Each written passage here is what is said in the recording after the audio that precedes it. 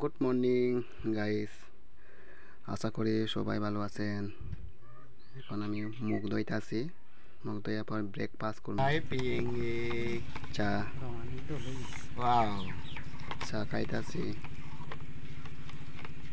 চা দিয়া, এটা হচ্ছে আমার বড় দিদি দিয়ে আমি চা আর বিস্কুট দিয়ে ব্রেকফাস্ট করতেছি।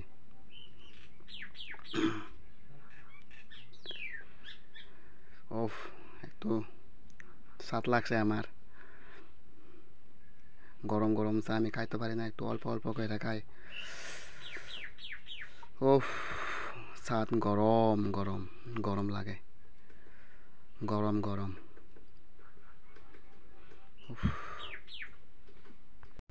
সকাল সকাল ভাত খাইতেছ, এখনো মুখ উঠাইছ না? দেখো চাই এর মুখটা ভালো করে। আমি লইতাম নি ডিমটা, খাইতাম আমি। না হ্যাঁ, না আমি খাই লই।